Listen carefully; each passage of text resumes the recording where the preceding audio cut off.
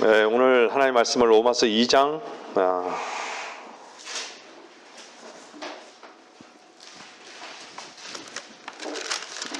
로마서 7장을 말씀드릴 건데요. 로마서 2장 14절 15절 한 절 읽고요.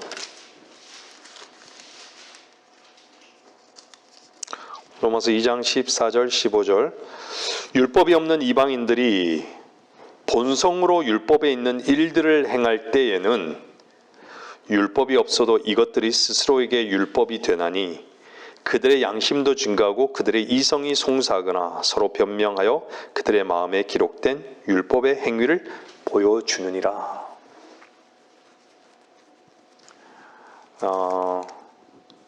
율법으로 딱 성문화된 율법은요, 살인하지 말라, 간음하지 말라. 그런데 우리는 본성적으로 그런 부분들이 율법에 있는 것들이 우리 양심 안에는 있다라는 것이죠. 한 구절 더 보면요, 로마서 7장 25절입니다.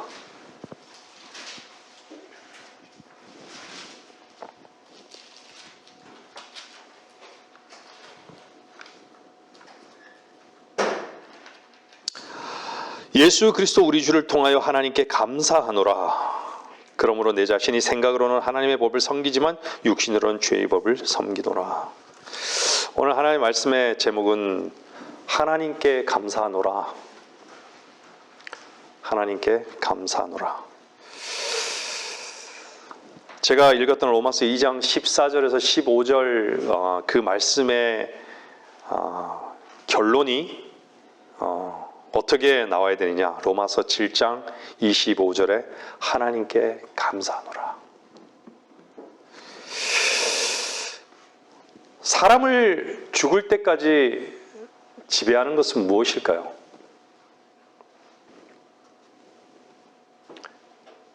그것은 율법입니다. 즉 양심인 것이죠. 제가 율법과 양심에 대해서 몇 차례 사실 설교한 기억이 있는데요. 오늘은 쭉 한번 다른 시각에서 또 공통된 부분도 있지만요. 한번 말씀을 통해서 다시금 우리가 이 부분에 대해서 자유하기를 원합니다. 율법은 하나님이 사람에게 주신 그 요구, 지시를 얼마나 잘 수행했는가를 알 수 있는 것이죠. 완전한 기준인 것이죠. 그런데 율법, 즉 양심과는 자기 뜻과는 상관없이 여러분들은 하라 하지 마라, 옳다 그르다, 이것은요 여러분들과는 전혀 상관없이 결혼했던 것이죠. 이혼할 수가 없어요. 이것은 언제 끝날까요? 죽을 때 끝나는 거예요.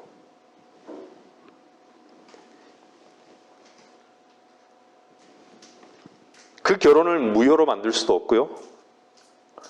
어떻게 해볼 다른 방도가 사람에게는 없는 것이죠.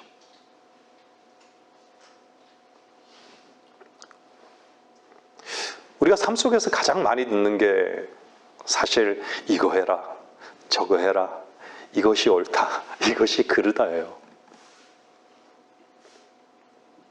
근데 너무 익숙한 것이죠. 모든 사람이, 이 땅에 있는 모든 사람이 그렇게 살아요. 그래서 율법은요, 인간에게 있어서 머리예요. 그리고 주인이에요. 그 말은요, 통치자라는 얘기예요. 율법이 통치하고 있는 거예요.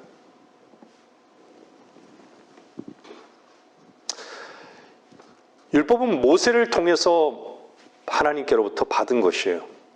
그래서 율법은 이스라엘 자손이 땅에서 국가를 세우고 또한 그들의 삶을 다스리는 데 필요한 법령들을 하나님께서 제시해 주신 것이죠.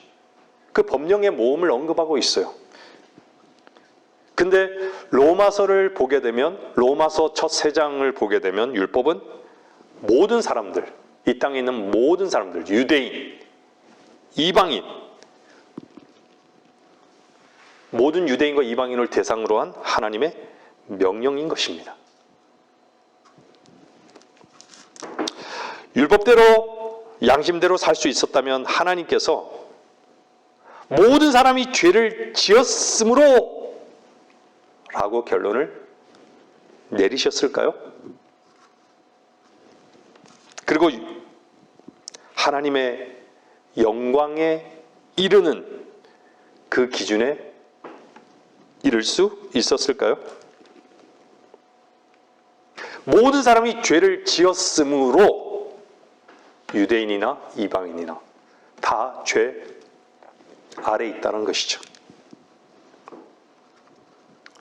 사람은 늘 말씀드리지만 죄 짓거리에는 예민한데 죄에 대해서는 전혀 관심도 없고 알 수 있는 눈이 사람에게는 없습니다.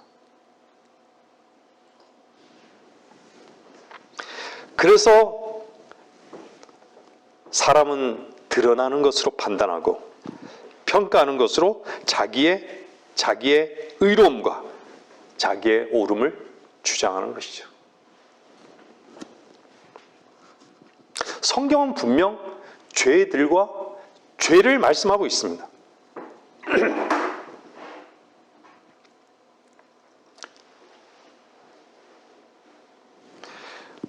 어떤 나무냐?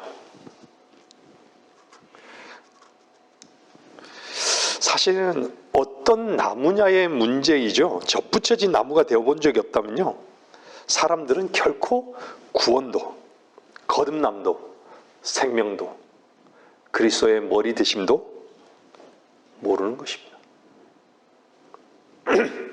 오늘은 죄에서 어떻게 벗어나는지를 말씀하는 로마서 6장을 다루지 않고요, 다만 죄에서 벗어나는 것으로는 부족하고 어떻게 율법에서 벗어나는가를 말씀하고 있는 로마서 7장을 중심으로 말씀을 강론하고자 합니다. 만일 우리가 아직 율법, 즉 양심의 억압으로부터 온전히 해방받지 않았다면요, 우리는 결코 죄로부터 온전히 벗어날 수 없습니다. 율법으로부터 해방되어야 할 필요성을 알려면 반드시 무엇을 알아야 될까요? 율법을 알아야 되고 율법의 기능이 무엇인지를 알아야 합니다. 바울은요, 로마서 7장 5절 보세요. 7장 5절에서요.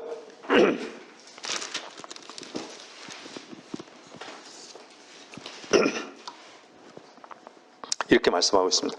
이는 우리가 육신 안에 있었을 때에는 죄들의 정욕이 율법을 통하여 우리의 지체 속에서 역사하여 사망에 이르는 열매를 맺었으나. 14절 한번 보세요. 14절. 우리는 율법이 영적인 것인 줄 알고 있노라. 그러나 나는 육신적이어서 죄 아래 팔렸도다.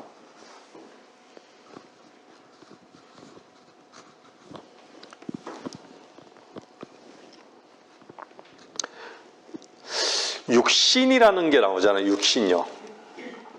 육신적이다라는 말과 영적인 사람이라는 말을 사용합니다. 영적인, 육신적인. 간단히 정의해 보면요, 육신적이라는 것은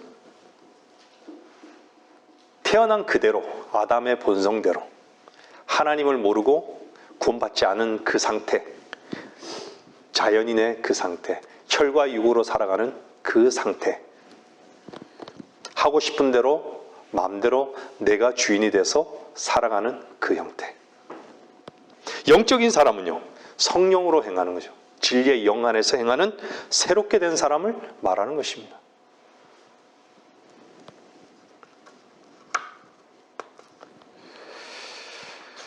두 구절만 더 찾아보고 넘어가겠습니다. 고린도전서 3장 1절 보세요. 고린도전서 3장 1절요.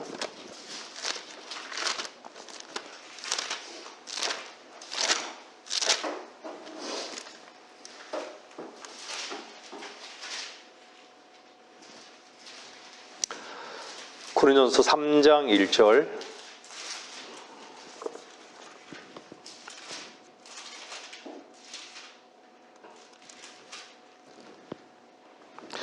형제들아, 내가 너희에게 영적인 사람을 대하는 것처럼 말할 수 없어서, 고린도 교회를 향해서 그러죠, 바울이요. 육신적인 사람, 즉 그리스도 안에서 어린아기들을 대함과 같이 하노라.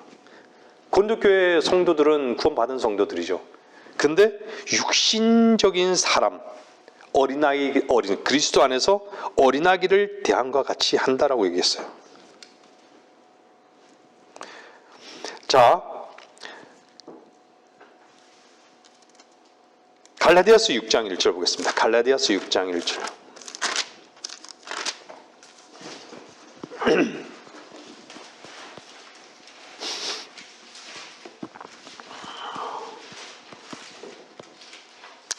갈라디아서 6장 1절 보면요.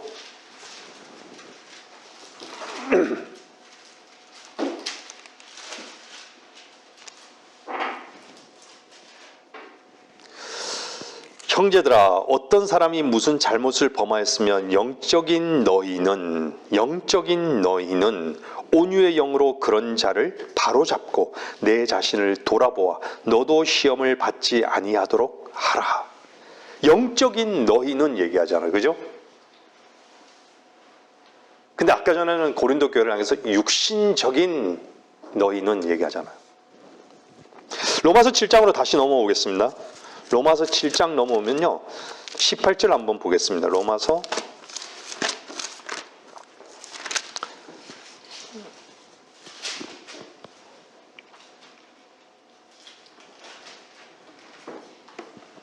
7장 18절입니다. 내 안에 곧 내 육신 안에는 선한 것이 거하지 않는 줄을 내가 아노니 원함은 내게 있으나 선한 것을 어떻게 행하는 것인지는 알지 못하노라. 내가 원하는 선은 행하지 않고 원치 않는 악을 행하는 도다.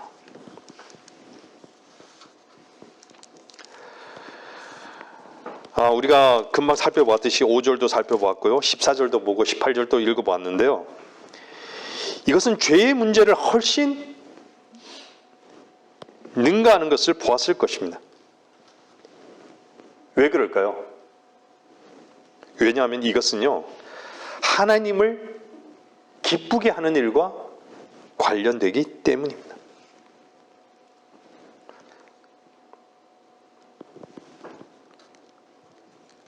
우리는 여전히 무능한 사람임을 알고 있고, 게다가 육신 안에 있는 자들은 하나님을 기쁘시게 할 수 없다고 하나님께서 어디로 이끌어 가신 것이죠? 로마서 8장 5절에서 8장 8절로 이끄시는 거예요. 로마서 8장 5절 뭐라 그러세요? 하나님께서 이끌어 가시고자 하는 것은요, 로마서 8장 5절 보시면 육신을 따르는 사람들은 육신의 일들을 생각하나, 6절에 보면 육신적으로 생각하는 것은 사망이나, 7절에 보면 육신적인 생각은 하나님과 원수가 되나니 그것은 하나님의 법에 복종하지 않을 뿐만 아니라 실로 할 수도 없습니다. 8절에 보면 그러므로 육신 안에 있는 자들은 하나님을 기쁘시게 할 수 없느니라.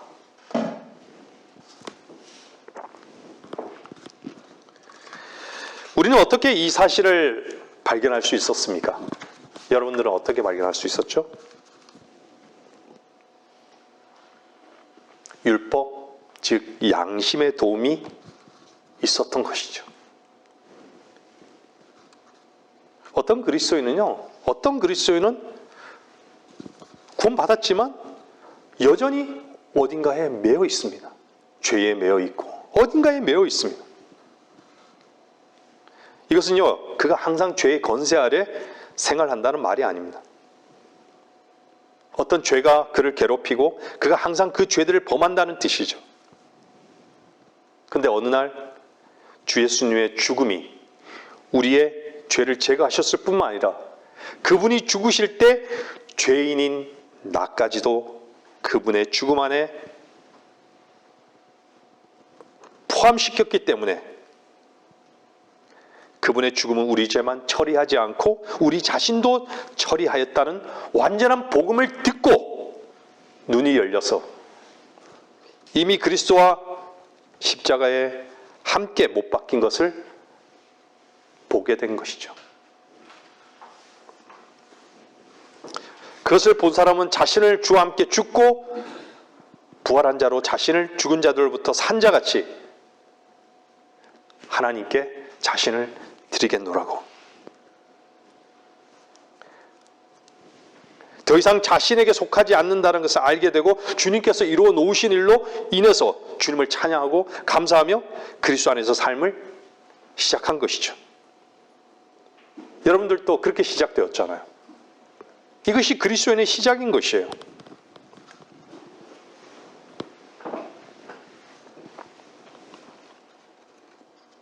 그러고 나서 어떤 생각을 하게 됩니까?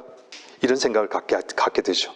아, 내가 이미 그리스도와 함께 죽고 부활했기 때문에 내 자신을 영원히 그분께 드려야 된다. 그분이 나를 위해 행하신 일로 인해서 기뻐하며 감사한 시간을 갖다가 그분이 나를 위해서 이렇게 값없이 은혜를 베푸셨는데 그분을 기쁘시게 하기 위해서 그분의 뜻을 행해야 되겠다. 이런 생각을 하게 되죠. 자신을 헌신하죠.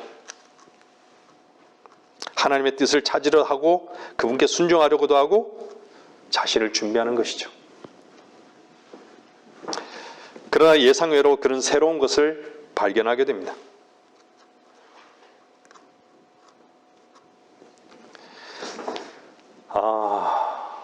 참 많은 경우에요. 하나님의 뜻을 자신이 사랑하고 행할 수 있다라고 생각합니다. 근데 점차적으로요, 자신이 하나님의 뜻을 기뻐하지 않는다는 것을 또한 발견합니다. 심지어 하나님의 뜻인 줄도 알면서도 그것을 행하기를 원치 않는 것이죠. 그분의 뜻을 행하려고 시도해 볼 때에도 그는 자신이 할 수 없다는 것을 발견하게 됩니다. 그래서 자신의 체험을 의심하기 시작하고요. 내가 정말 구원받았는가? 내가 정말 죽었는가? 내가 정말 그분께 드렸는가? 그렇다면 나의 상태는 어떻게 된 것인가 하는 것이죠. 그때부터 하나님의 뜻에도 관심이 없어지고 그분의 뜻을 준행하려고 할 때마다 실패하게 됨으로써 길 잃은 어린아이와 같이 온통 불안함이 밀려오고 사랑이 아닌 욕으로 들리고 의무감만 생기는 것이죠.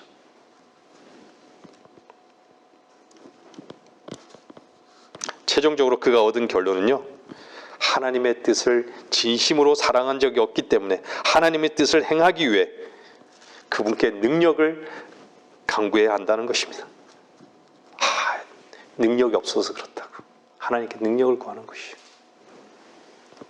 그리고 자신의 불순종을 시인하고 다짐합니다. 그러나 기도를 마치기 전에, 자리에서 일어나기도 전에 이미 실패하였다고 느끼게 되는 것이죠.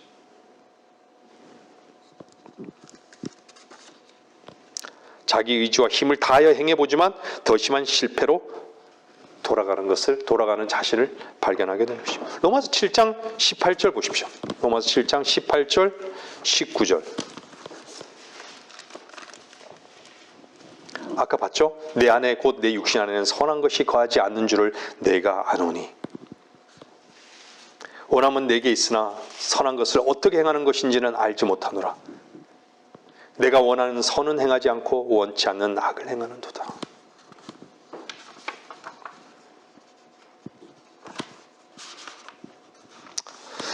우리는 먼저 로마서 6장을 자주 살펴보았지만요. 우리는 실제적인 그 로마서 6장 가운데서 우리는 이미 그리스도와 함께 죽은 것을 경험한 사람들입니다. 근데 우리는 분명히요, 그리스도와 함께 죽은 이것이 모든 필요를 채울 수 있다는 것을 분명히 보아야 합니다. 항상 문제는요, 십자가 위에서 내려오는 것이 항상 우리에게는 문제인 것을 보아야 하는 것입니다. 로마서 7장을 로마서 6장 14절 보시면요. 6장 14절의 말씀을 설명하는 데 사용하고 있어요. 로마서 7장 자체가요. 로마서 6장 14절 보세요.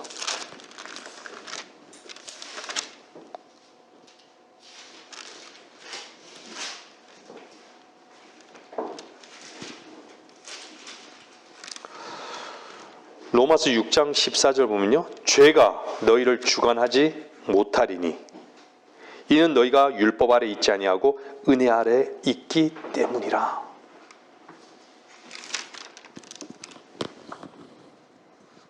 문제는 우리가 아직 율법으로부터 벗어나는 것을 모르기 때문입니다. 율법이 무엇입니까? 우리는 자주 말씀드리지만 율법은 하나님이 우리를 위하여 하시는 것입니다. 은혜는 하나님이 우리를 위하여 하시는 것입니다. 율법은요, 우리가 하나님을 위하여 하는 것입니다. 하나님께서 우리에게 요구하시기에 내가 그것을 이행하는 것으로 여긴다면요, 율법에 묶여 있는 것이 분명한 것입니다. 율법에서 벗어났다는 것은 그분이 더 이상 우리에게 요구하시지 않고 그분이 요구하신 것들을 친히 공급하신다는 것입니다. 은혜 안에서 그분이 하시는 것이죠. 우리는 십자가에서 그리스도와 함께 죽은 자이기 때문에 상황이 우리에게 좋든 나쁘든 나를 좋게 대하든 나쁘게 대하든 어떻게 대하든 모든 일에 감사하라고 하신 그분의 말씀에 따라 모든 것에 감사해야 하는 것이 마땅한 것이죠.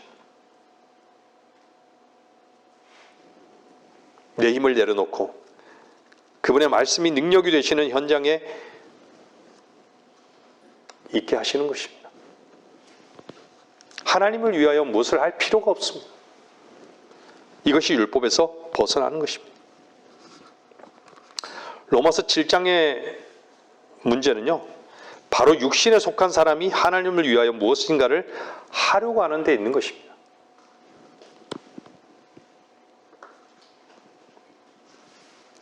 여러분이 하나님을 기쁘시게 하려고 할 때마다 자신을 율법 아래 두는 것입니다. 그 결과로 로마서 7장의 체험을 갖기 시작하는 것이죠. 로마서 7장의 체험을 갖게 한 그 장본인이 율법이 아님을 분명히 알아야 합니다. 바울이 로마서 7장 12절에서 뭐라고 얘기합니까? 한번 보세요. 로마서 7장 12절에 보면요,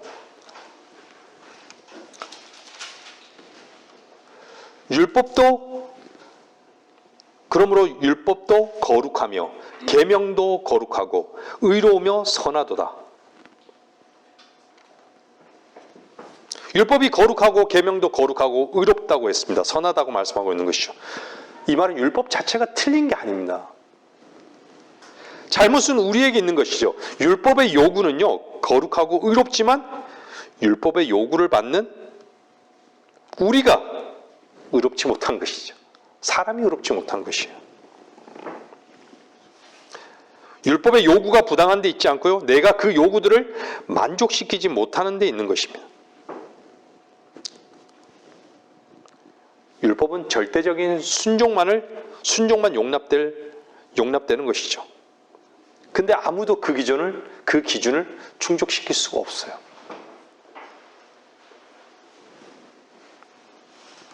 이스라엘의 그 역사, 주님이 오시기 전까지의 이스라엘의 역사를 보면 알 수 있는 것이죠.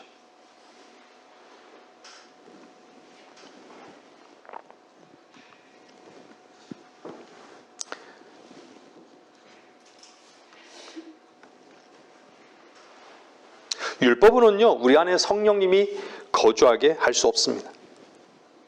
율법으로는 결코 우리 안에 성령님의 열매를 맺게 할 수 없습니다. 그렇기 때문에 예수 그리스도께서는 에베소서 2장에서 이렇게 말씀하고 있죠. 한번 에베소서 보세요. 2장 15절 보세요.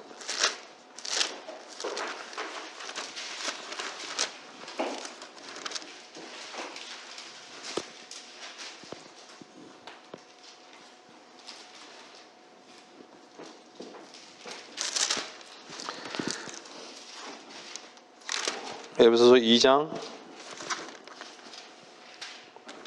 15절, 16절. 원수된 것, 곧 법령 안에 속한 계명들의 율법까지도 그의 육신 안에서 폐기하셨으니 이는 그 둘을 자기 안에서 한 새 사람으로 창조하사 화평케 하시고 그가 십자가를 통하여 둘을 한 몸으로 만들어 하나님과 화해하도록 함이며 그 십자가로 원수된 것을 죽이려 함이니라.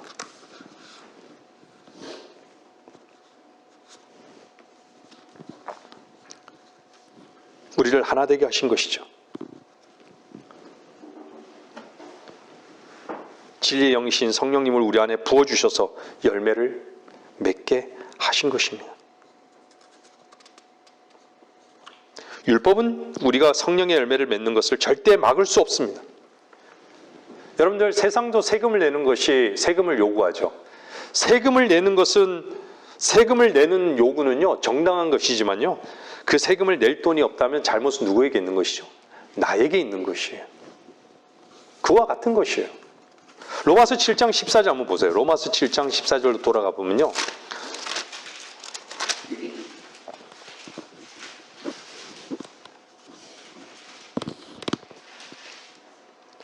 우리는 율법이 영적인 것인 줄 알고 있노라.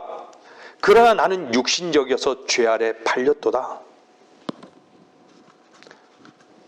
죄는 내 몸 안에서 주권을 가지고 있어요.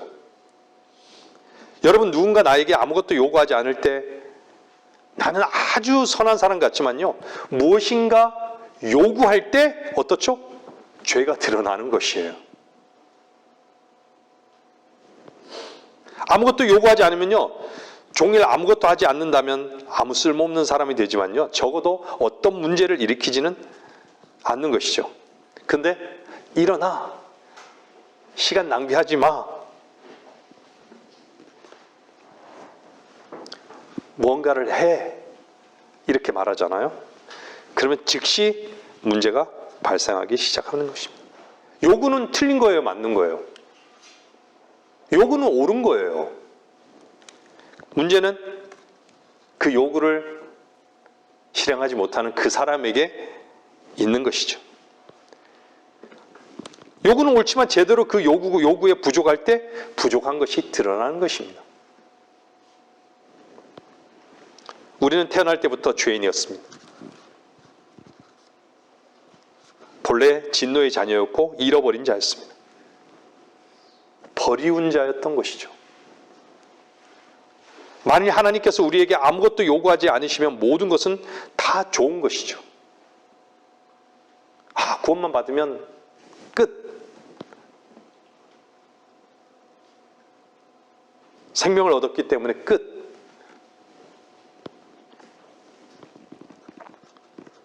그냥 일단 우리에게 무언가를 요구하실 때 우리는 우리의 죄를 대대적으로 표현할 기회를 얻게 되는 것이죠. 그래서 율법은요, 우리의 약함을 드러내는 것입니다.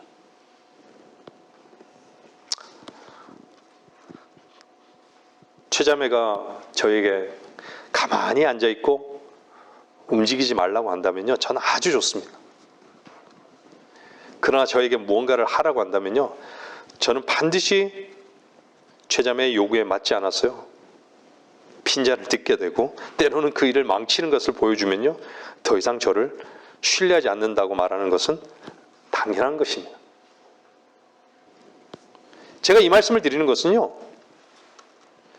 거룩한 율법이 이것 하라, 하지 마라, 이것 옳다, 그르다라고 죄인에게 적용할 때 그의 죄는 충분히 표현될 것이라는 것입니다. 하나님은 내가 어떤 사람인 줄 아시는 것이죠. 그분은 머리부터 끝까지 내가 죄로 충만하다는 것을 아시고 내가 연약하고 아무것도 할 수 없는 것을 아시는 것입니다. 그러나 문제는 내 자신이 이 점을 모르고 있다는 것이죠. 거의 많은 사람이 다 죄인이란 것을 시인합니다. 그러나 나는 많은 사람들과 같이 구제불능의 죄인은 아니라고 생각하는 것이죠.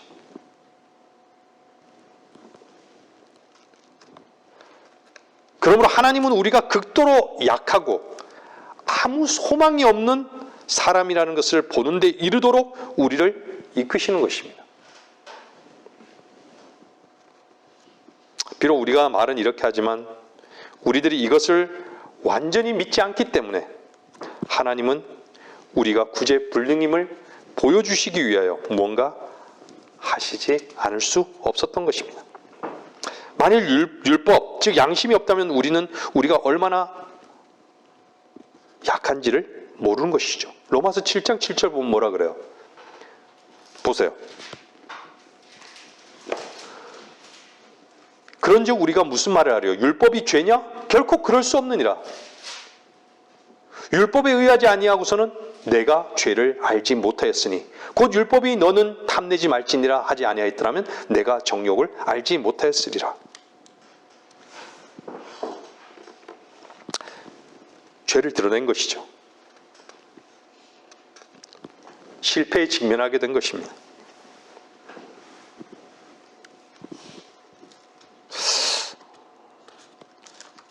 여기서 한 가지 덧붙이자면요. 양심은 자신이 양심대로 살고 있다고 자신을 속인다는 것입니다. 그래서 그것을 성경은 뭐라 그러냐면 히브리서에서요. 악한 양심이라고 얘기하는 거예요. 악한 양심. 나중에 한번 히브리서 10장 22절 한번 보고 갈까요? 히브리서 10장 22절. 히브리서 10장 22절요.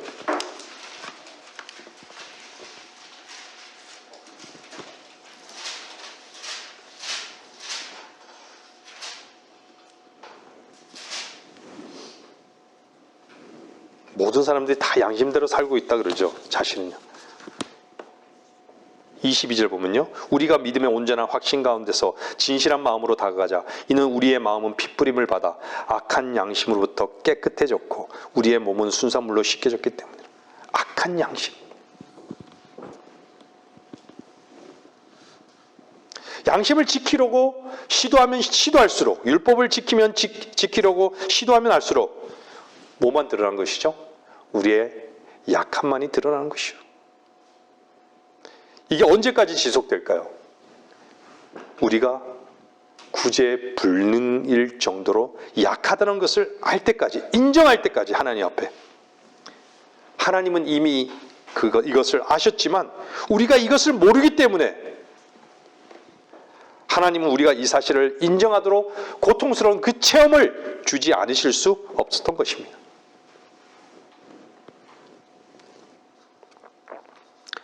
우리의 약함은 우리가 더 이상 다툴 것이 없을 정도로 확증될 필요가 있었던 것입니다.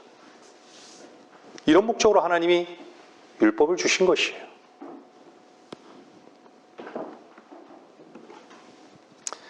결론은요, 우리는 겸손하게 하나님께서 우리에게 율법을 주신 것은 우리로 지키게 하려는 것이 아니다라는 것을 말씀드리려고 하는 것이에요.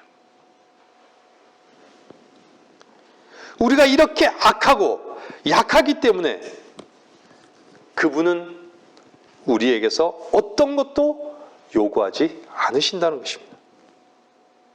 율법으로 말미암아 하나님을 기쁘시게 할 사람은 하나도 없습니다. 신약에서요, 그리스도인들이 율법을 지켜야 한다고 말한 곳은요, 한 군데도 없습니다. 제가 구원받고 거듭난 다음에 보게 된 것 중에 하나가 뭐냐면 신약에서요, 그리스도 안에서였어요.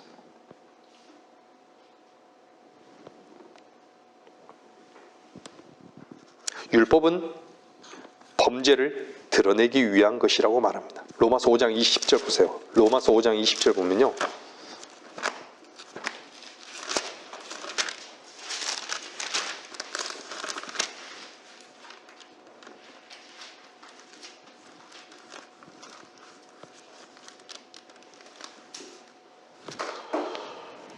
로마서 5장 20절 보면 죄가 굴림하여 율법이 들어온 것은 범죄가 많아지게 하려는 것이라.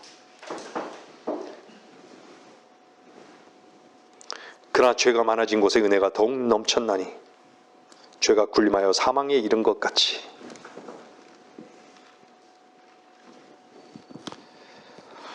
다시 한번 돌아가서 로마서 7장 보세요. 로마서 7장 보시면요. 7장 8절 보세요. 8절, 9절.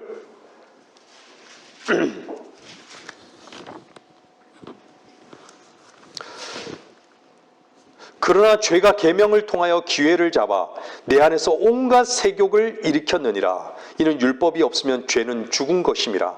내가 전에는 율법 없이 살았으나 계명이 오자 죄는 살아나고 나는 죽었느니라.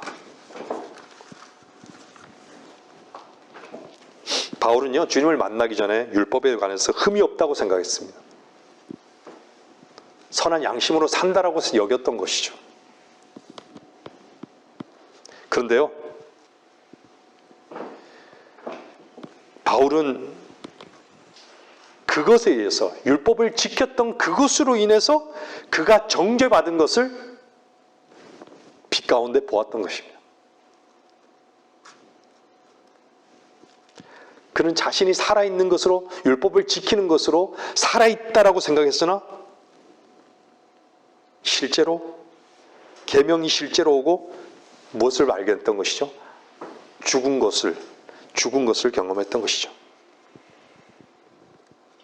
이 부분을 좀 더 구체적으로 제가 말씀드리면요, 아까 전에 서두에도 말씀드렸지만 하나님의 영광에 이르려고 그 기준을 충족시키려고 어느 정도 노력했지만 어땠죠? 비참하게 실패한 것이죠. 그리고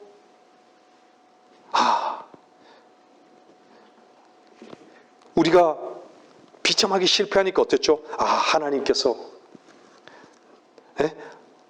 나를 정죄하고 나를 괴롭힌다고 느끼는 것이죠.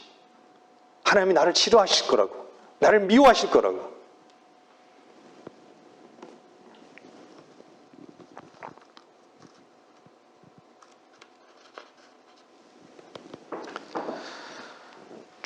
결국은 주님을 미워하게 되는 것이요.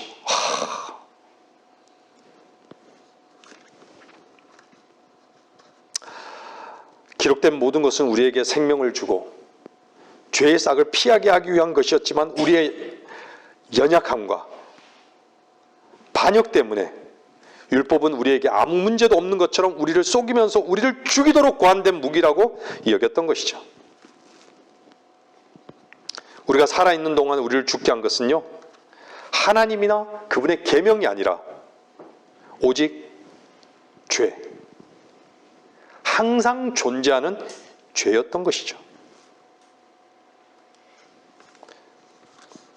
그래서 바울은 그리스도의 몸으로 인하여 율법에는 죽었고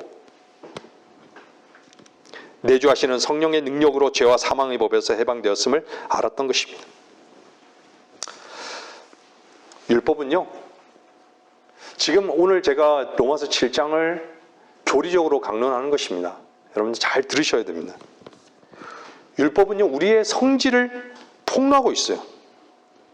우리가 약하다는 것을 증명해 주시기 위해서 우리에게 시험을 준다는 거예요. 하나님께서 이거 해라, 이거 해라, 이거 해라 라고 하면 꼭 해야 될 것 같은 거예요. 늘.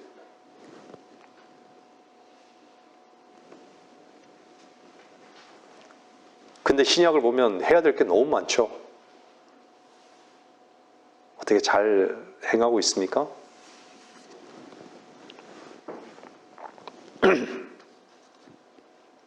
결국 우리는 우리 자신이 극히 타락한 죄인으로서 스스로 무엇을 하여 하나님을 기쁘시게 할 수 없다는 것을 보고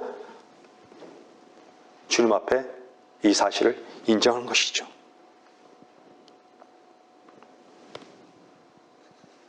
하나님은요, 율법이 주어질 때 우리가 범할 것을 아셨습니다.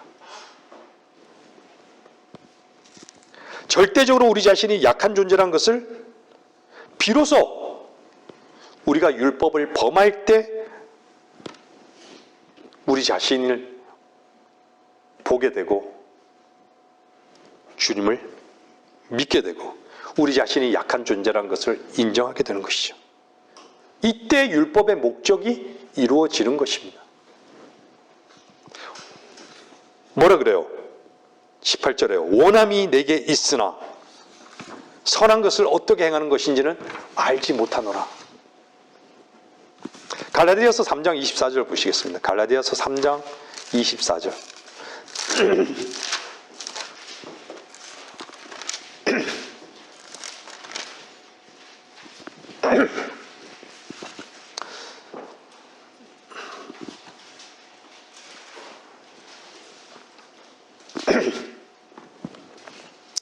갈라디아서 3장 24절요. 그리하여 율법이 우리를 그리스도에게로 인도하는 우리의 지도교사가 되었으니 이는 우리를 믿음으로 의롭게 하려 함이라. 우리를 그리스도께로 인도하는 우리의 지도교사가 되었다라고 얘기해요. 율법이요. 이 말은 율법의 이 요구를 통해서 항복으로 그리스도께 인도한다는 말씀인 것입니다. 그리스도는 율법의 마침이 되셨습니다.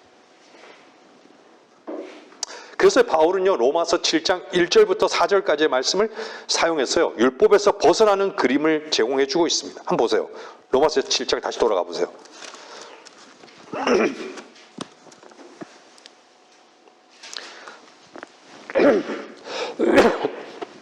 죄송합니다. 로마서 7장 보세요. 7장 1절부터 자세히 보세요. 형제들아, 내가 율법을 아는 자들에게 말하노니 율법은 그가 살아있는 동안에만 그 사람을 주관하는 것을 알지 못하느냐? 남편이 있는 여인은 그 남편이 살아있는 한 그에게 법으로 매여 있으나 남편이 죽으면 그녀는 그 남편의 법에서 벗어나느니라. 그러므로 남편이 살아있는 동안에 다른 남자와 혼인하면 간음한 여인이라 불리지만 그녀의 남편이 죽으면 그 법에서 해방되므로 다른 남자와 혼인하더라도 간음한 여인이 아니니라.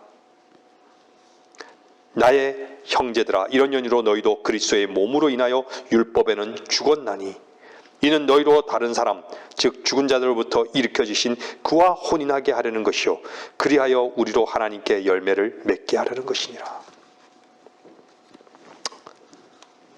아멘이죠? 여기서 첫 남편은 율법을 얘기하는 거예요. 두 번째 남편은 뭘 얘기해요?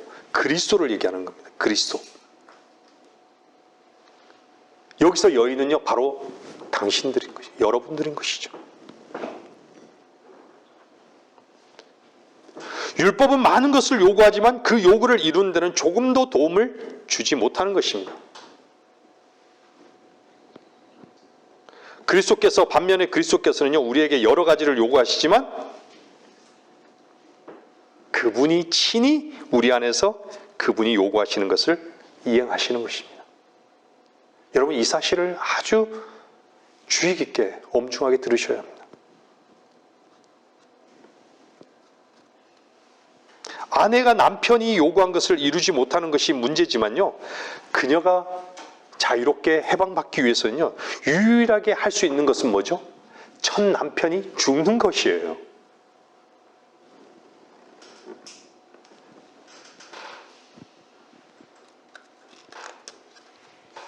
하지만 남편은 완고히 그 생명을 붙잡고 놓지 않는 것이죠. 마태복음 한번 5장 보세요. 마태복음 5장 18절.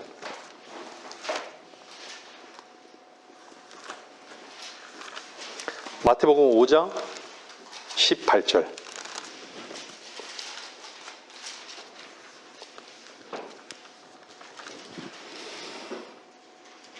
마태복음 5장 18절 보면 진실로 내가 너희에게 말하노니 하늘과 땅이 없어지기 전에는 율법의 1.1획도 모든 것이 이루어질 때까지 결코 없어지지 아니하리라.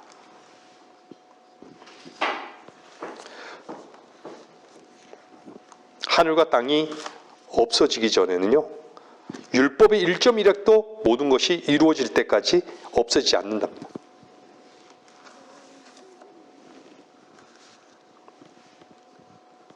여러분에게 질문을 던지겠습니다.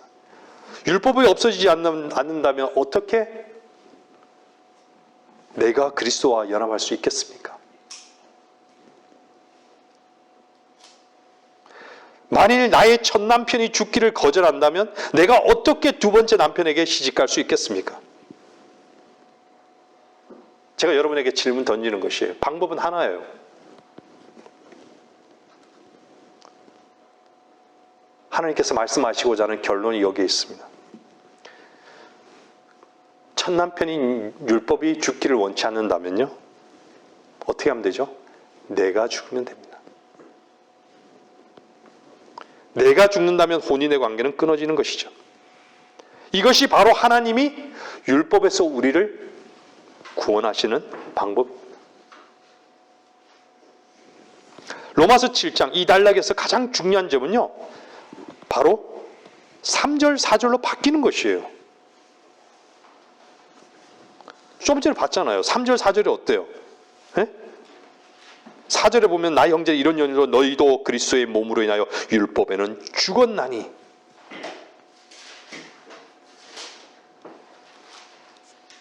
이는 너희로 다른 사람, 즉 죽은 자들로부터 일으켜지신 그와 혼인하게 하려는 것이요, 그리하여 우리로 하나님께 열매를 맺게 하려는 것이니라.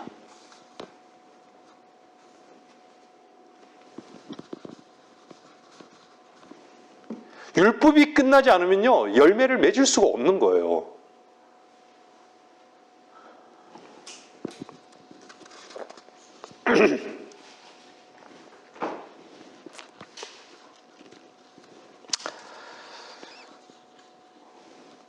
(1절에서) (3절까지) 마땅히 남편이 죽어야 한다고 우리에게 말하죠. 그러나 (4절은) 사실상 죽은 쪽은 어디죠? 여인 쪽이에요. 나라는 것이에요.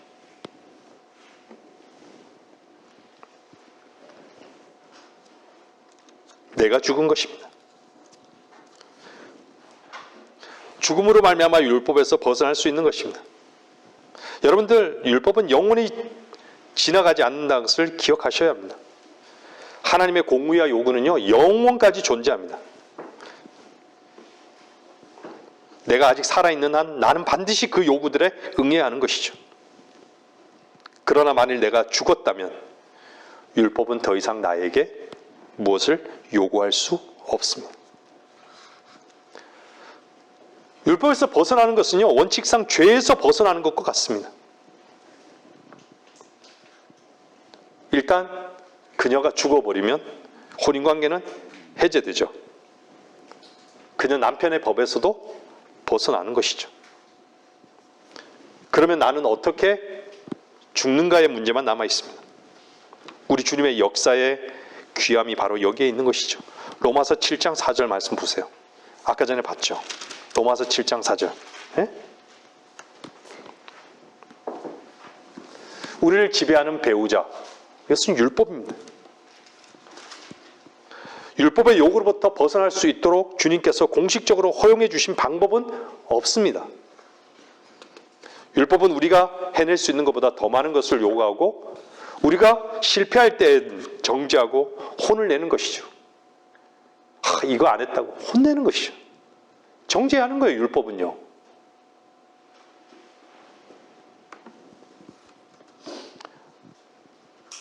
율법을 버리고 반항적으로 죄를 지으면요, 죄를 지으며 살면요, 어떤 것을 느끼죠? 죄책감을 느끼는 거예요.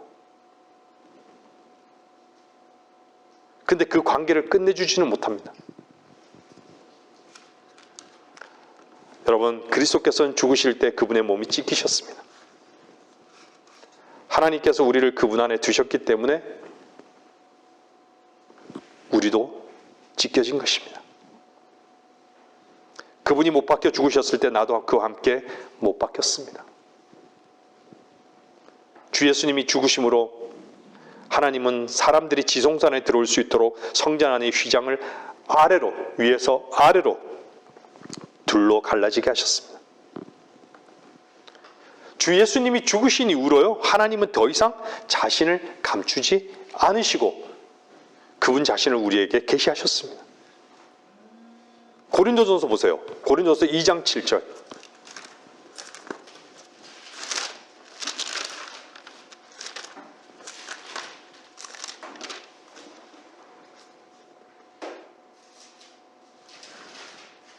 (2장 7절에서부터요) (10절까지) 보겠습니다.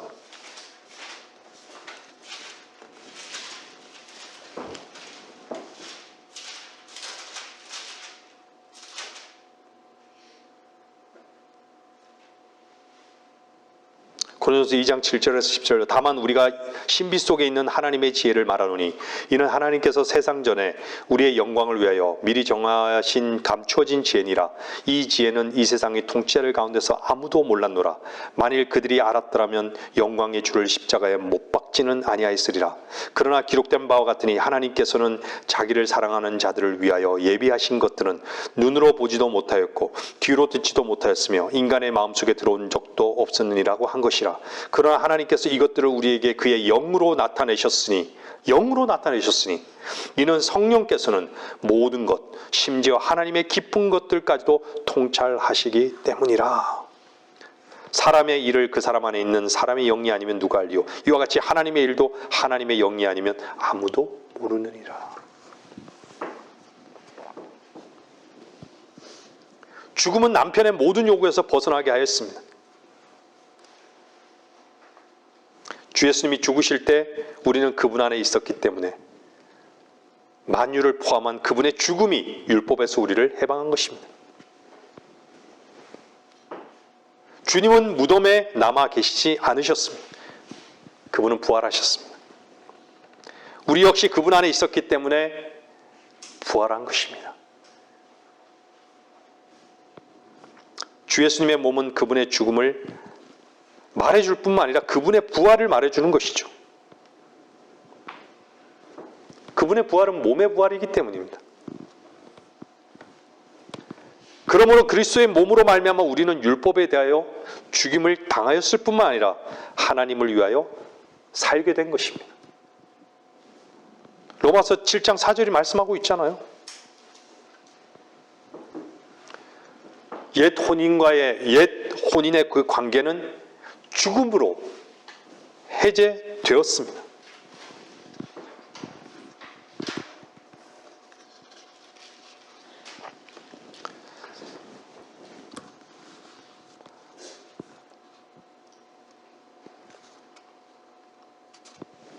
그 여인은 이제 자유하여져서 그리스도께 시집갈 수 있게 되었습니다. 그분이 그녀에게 요구하시지만요, 그분 자신이 그 여인 안에 계셔서 그분의 모든 요구를 이행하는 능력이 되실 것입니다. 이 새로운 연합의 실제적인 경험이 여러분 안에 있습니까? 로마서 7장 4절에 읽었듯이요, 이것은요 다 하나님께 열매를 맺게 하려는 것입니다.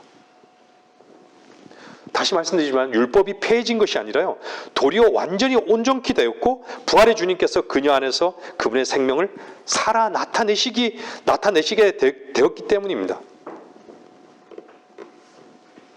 이것이 그분의 생명이 영원한 아버지의 기뻐하심을 얻은 생명인 것이죠. 우리는 그리스도를 얻고 하나님께 속한다면 그분의 모든 것이 또한 우리의 소유가 되게 하신 것입니다.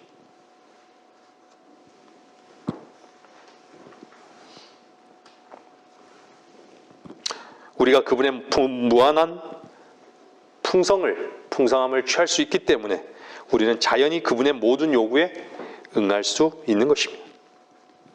여기까지 로마서 7장의 교리적인 면에 대한 강론이었습니다. 이제 우리는 매일의 생활 안에서 율법에서 벗어나야 합니다. 하나님을 위하여 무엇을 하지 않고 다시는 하나님을 기쁘게 하려고 노력하지 않는다는 말입니다. 육체 안에서 내가 하나님을 기쁘게 하려고 하면요, 즉시 내 자신을 율법 아래 두게 된다는 것을 기억해야 합니다. 분명히 우리는 율법을 어기게 되고 율법은 내게 사형을 선포할 것입니다. 이 사형은 이미 집행되었습니다.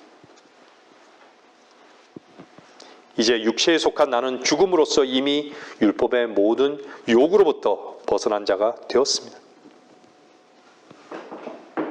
율법은 여전히 존재하고요, 사실상 이제는 율법보다 더 엄격한 율법을 주님께서는 요구하시는 것이죠.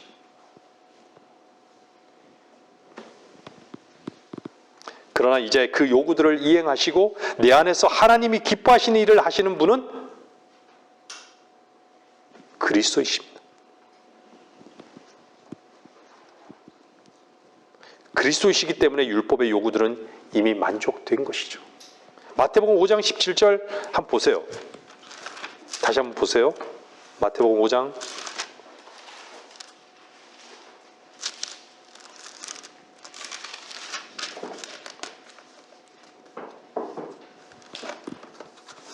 17절 보세요.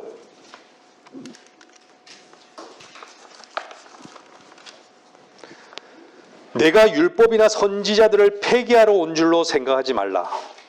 폐기하러 온 것이 아니라 이루려고 왔노라.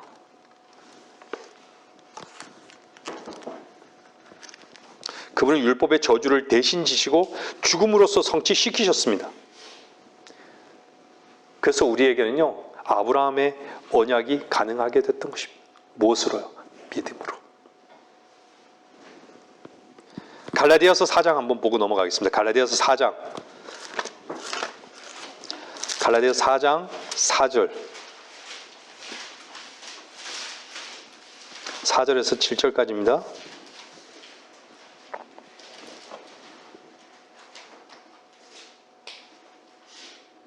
갈라디아서 4장 4절에서 7절까지입니다. 그때가 차니 하나님께서 자기 아들을 보내시어 여자에게서 나게 하시고 율법 아래 나게 하신 것은 율법 아래 있는 자들을 구속하셔서 우리로 아들의 신분을 얻게 하려 하심이라. 너희가 아들들이므로 하나님께서 자기 아들의 영을 너희 마음속에 보내시어 아바 아버지라 부르짖게 하셨느니라. 그러므로 너는 더 이상 종이 아니요 아들이니 아들이면 그리스도를 통한 하나님의 상속자니라. 그 앞에 한번 갈라디아서 2장 한번 보세요. 갈라디아서 2장 12절 13절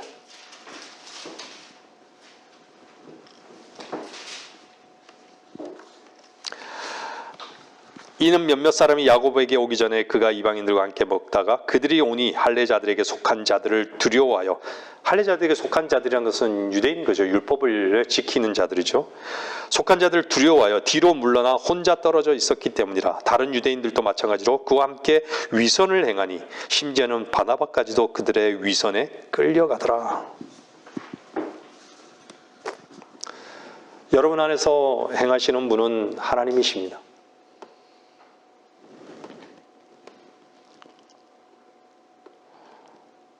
율법에서 벗어난다는 것은요, 우리가 하나님의 뜻을 준행할 필요가 없다는 말이 아닙니다.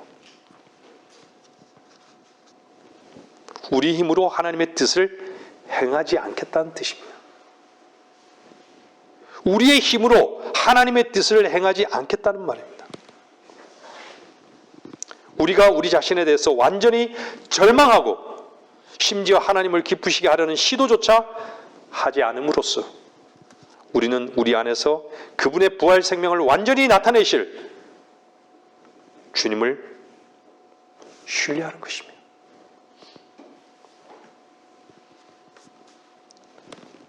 우리의 힘으로 우리가 모든 일을 독점하게 되면 진리의 영이신 성령이 역사하실 기회가 없어집니다. 우리는 우리가 시도하는 것을 빨리 완전히 포기할수록 좋은 것입니다.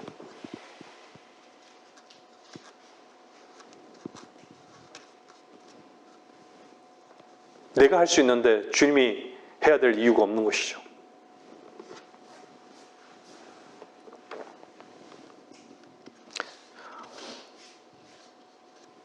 우린요, 매 순간 주님, 나는 당신이 나를 위해 하실 것을 믿고 의탁합니다. 나는 결코 할 수 없습니다. 우리는 배워야 돼요. 주 안에서요. 삶 속에서. 우리가 주님을 모든 길에 인정할 때 우리보다 더 강한 능력이 우리로 감당케 하는 것을 분명히 발견할 것입니다. 주님은 성경의 구약에 보면요, 주님은 입법자세요. 법을 세우신 분이시죠. 근데 그 법을 세우시고 주님은 그것을 자신의 능력으로 지키시는 분이십니다. 인간의 능력이 아니에요. 법을 만드신 분이 그분의 능력으로 법을 지키시는 것이에요. 말씀을 정리해 나가겠습니다. 우리가 아직도 자기 힘으로 무엇을 하려고 하는 한 그분은 아무것도 하실 수 없습니다. 우리가 우리 힘으로 무엇을 하려고 하기 때문에 우리는 거듭 실패하는 것입니다. 하나님은 우리가 아무것도 할 수 없다는 것을 보여주시기를 원하기 때문에 우리가 이 사실을 완전히 인정하기 전에는 우리의 실망과 낙심이 그치지 않을 것입니다. 우리는 항상 연약함을 핑계 삼습니다. 네,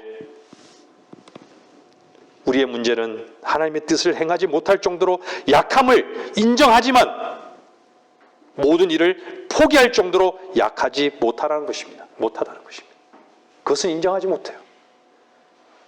그것을 포기하지 못한다는 것이에요. 모든 일을 포기할 정도로 약하지는 않다라는 것입니다. 그러므로 아직 충분히 약한 것이 아닙니다. 완전히 무력한 데까지 낮아져서 아무것도 할 수 없다는 것을 믿을 때 I am nothing. 나는 아무것도 아닙니다. 하나님께서는 모든 것을 우리를 위하여 그럴 때 우리를 위하여 하시게 됩니다. 내 안에서 모든 일을 그분께서 행하심을 믿고 맡길 만큼 약해져야 합니다. 우리가 포기할 때 비로소 하나님이 시작하는 것입니다. 그분은 항상 우리의 힘이 막바지에 이르러 다시는 스스로 무엇을 하려고 하지 않을 때 비로소 역사하십니다. 하나님은 예창조에 속한 모든 것을 이미 정죄하셨습니다. 이것을 십자가에 내어주셨기 때문에 육체는 무익한 것입니다. 만일 우리가 육체 안에 무엇을 하려고 한다면 우리는 정말 그리스도의 십자가를 거절하는 사람이 됩니다. 하나님은 이미 죽었다는 것을 선포하셨습니다. 만일 우리가 죽었기 때문에 날마다 죽는 것입니다. 십자가에서 내려와야 될 이유가 없는 것이죠. 죽은 자의 위치에 있는 것입니다. 만일 우리가 참으로 하나님의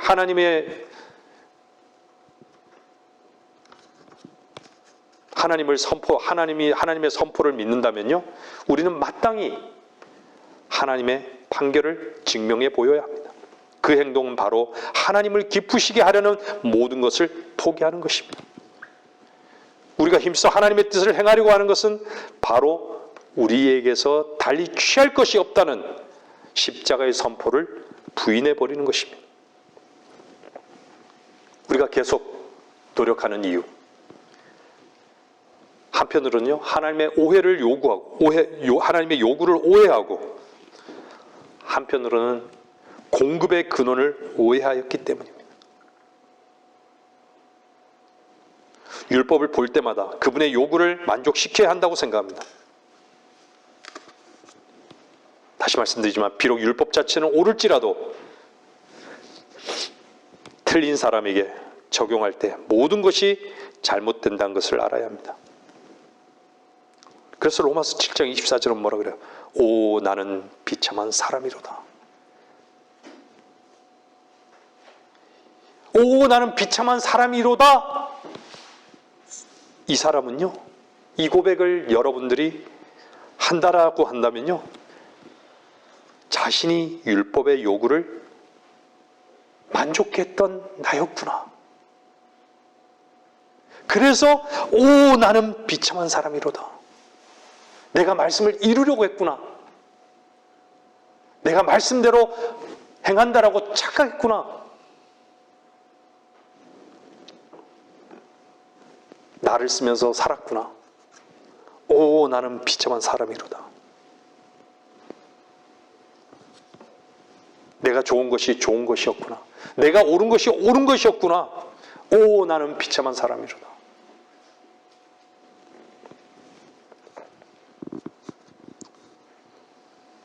율법의 요구를 만족해 하려고 하는 사람, 바로 이 사람이 고백할 수 있는 것이에요. 그것을 본 사람이 이 고백을 할 수 있는 거예요. 오, 나는 비참한 사람이로다.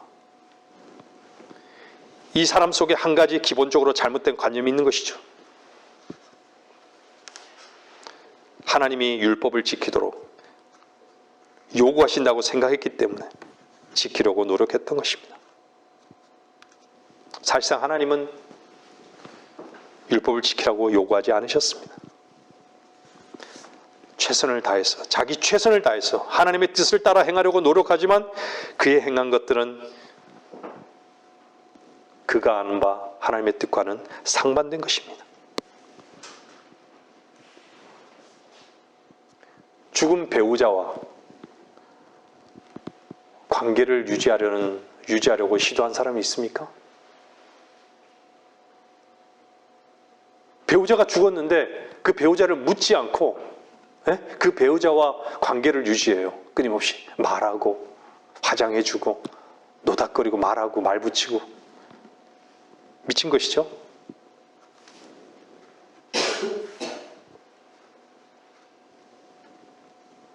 사망한 배우자, 여기서 얘기하는 건 율법을 얘기하는 것입니다. 양심을 얘기하는 것이에요.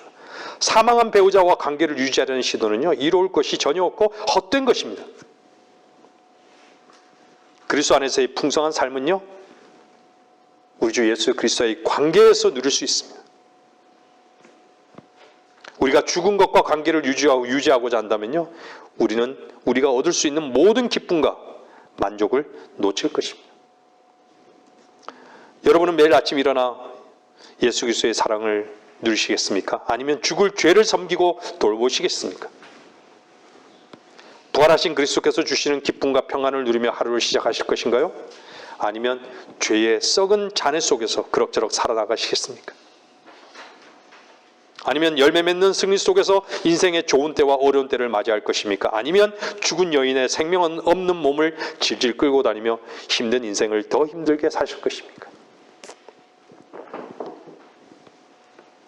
우리가 완전한 승리 속에서 인생의 완전한 승리를 인생 속에서 누리지 못한다면 그것은 우리가 새로운 삶 속에서 걷고 있지 않고 하나님의 아들과의 혼인을 기뻐하지 않기 때문입니다. 로마서 7장 14절에서 25절 그 12구절에서요. 인칭대명사 I, 나, 이것이 몇 번 등장하는지 아십니까? 39번 등장해요.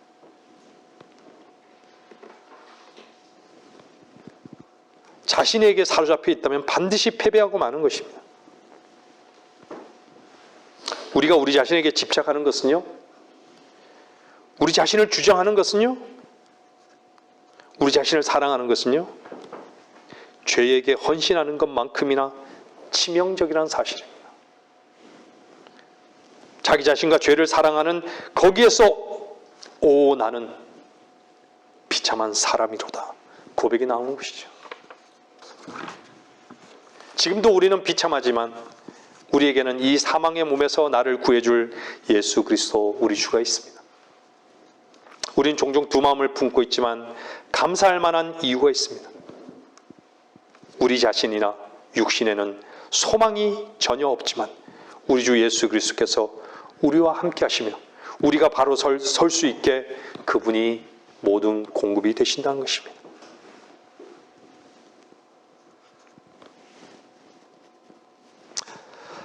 하나님을 섬기는 우리의 마음과 생각이 육신에게 자신의 지체를 내어주지 않고 죄의 율법에게 설 자리를 내어주지 않을 때 우리는 감사할 수 있는 것입니다. 감사로 하나님께 우리 자신을 내어드릴 때 우리 주 예수 그리스도께서는 우리를 위해 자신의 강력한 능력을 행사하실 것입니다. 우리가 그분의 승리로 인해서 우리는 그 승리를 찬양할 것입니다.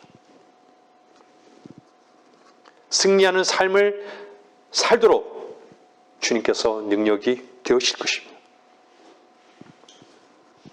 자신이 하나님의 뜻에 대하여 생명이 없는 몸에 끌려다닌다는 것을 발견하셨습니까?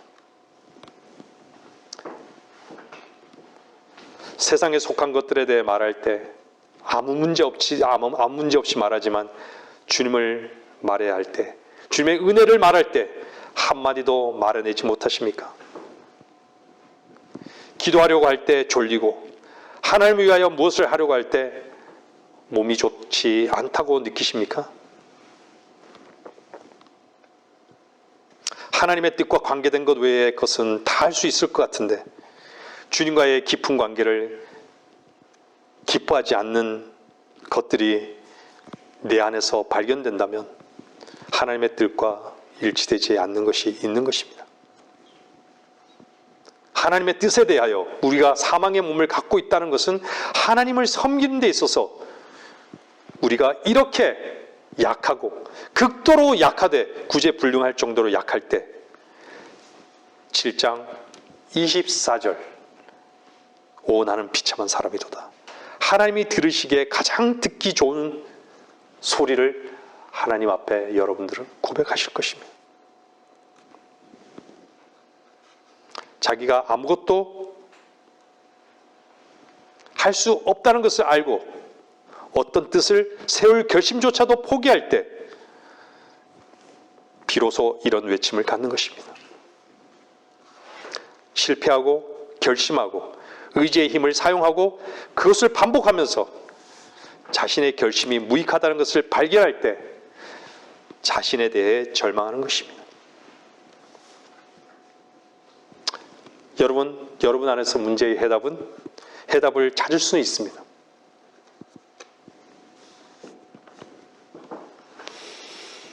여러분 안에서 문제의 해답을 분명히 찾았겠지만 여러분 자신 밖에서 예수 그리스도 우리 주를 찾게 될 때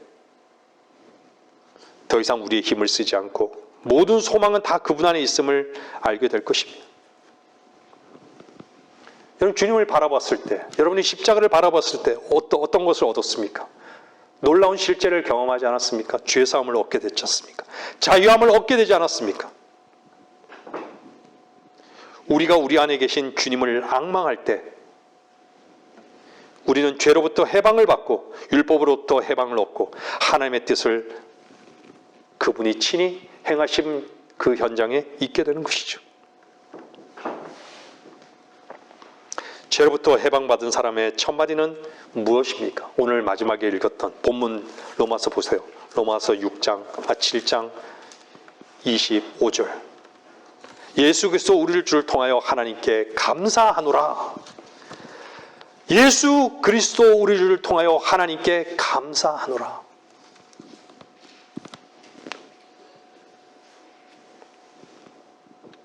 왜 그렇죠?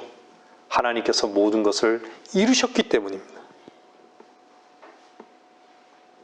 구원받은 후 낡은 습관이 우리 스스로 뭔가를 해야 한다고 주장하기 때문에 우리는 이전의 노력을 하기 시작하는 것이죠.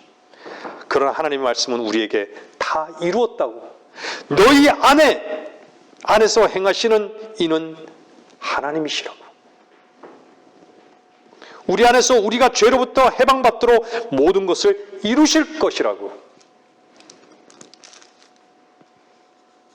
말씀 안에 사는 사람들은 누구나 살아있는 믿음의 실제로 인해 더욱더 주님을 앙망하는 것입니다. 오늘 여기까지 말씀을 전하도록 하겠습니다.